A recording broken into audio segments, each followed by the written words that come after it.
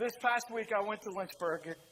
I know most of you don't know the story, and I don't have time to get into it all, but my first encounter with one of my dear friends who became a lifelong friend, and he passed away just a couple years ago, and now he's in heaven. And he trained me on how to be evangelistic. He trained me how to lead someone to Jesus Christ. And we traveled for 3 years together all over America. And him and one of his buddies, who now has become a lifelong friend of mine as well, I was amazed at how they could shift conversations so quickly back to Jesus Christ, even to strangers. And so I knew, isn't it funny? God knows exactly what you need. And you know what's funny?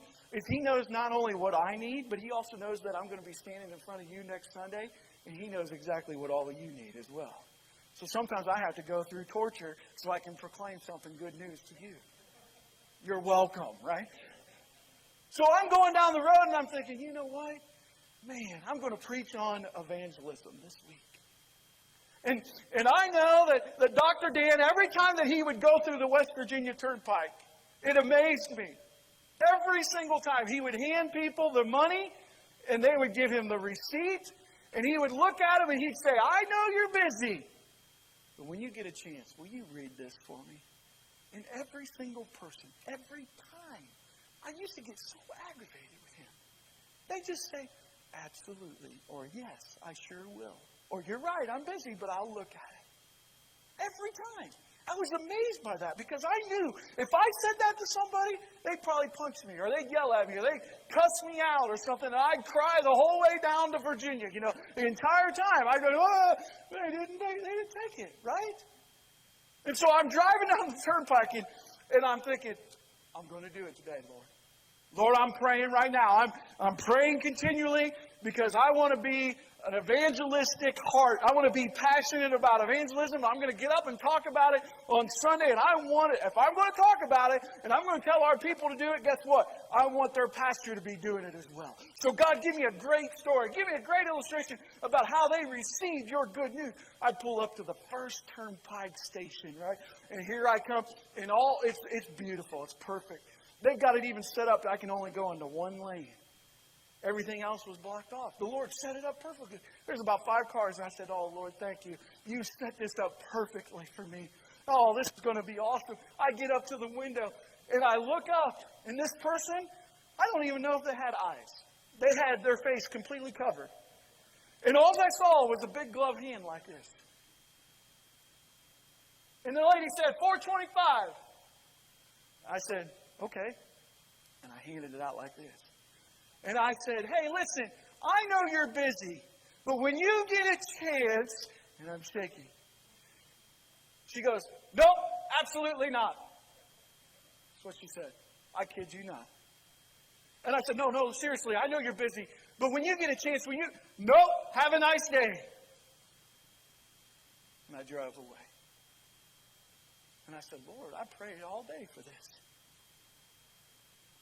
I said, Lord, I'm not going to do that again. That was horrible.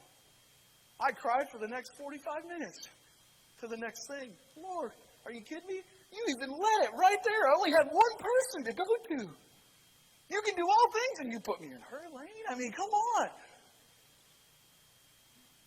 I got to the next one. All the lanes were open. I said, all right, I'll do it, Lord. I'm going to do it. I'm going to do it. I know. I'm not giving up. I'm not giving up. I pulled up and I looked up. Here's this young, handsome man. He must have been about 24 years old. Nice red beard. You know, he had perfect beard. Nice little bald, shiny head. And he just smiled at me. And he goes, how are you today? That was his first line. I said, I'm wonderful. How are you? He said, I'm great. $4.25. I gave him my cash. And I turned and I said, hey, listen, I know you're busy. But when you get a chance, when you read this, he said, absolutely I will. Thank you so much for sharing it. And I said, Lord bless you, have a great day. He said, thank you. Cruised down the road.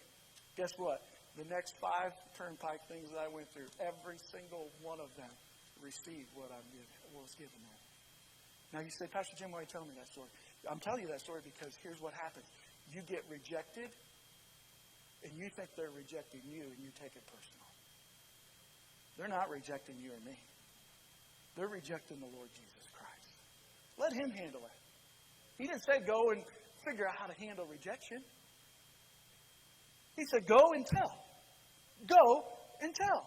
Look at the person beside you right now and say, go and tell. Go and tell. We've been way too silent for way too long.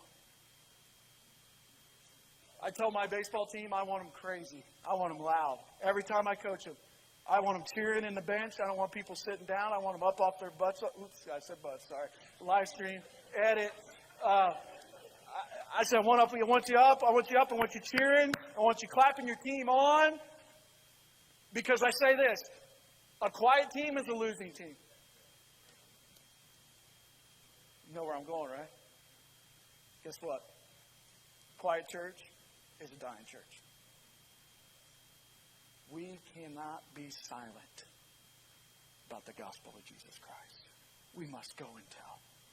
So, Pastor Jim, how are we going to do this? Well, Romans 1:16, for I am not ashamed of the gospel of Jesus Christ, for it is the power of God's salvation for everyone who believes, for the Jew first and also the Greek. Share his story. Share your story of what God has done for you. And share the story in your space. This morning, we don't do this very often, and if you're visiting, I know you may never ever come back. But today we want to give you ways to go out and do this today.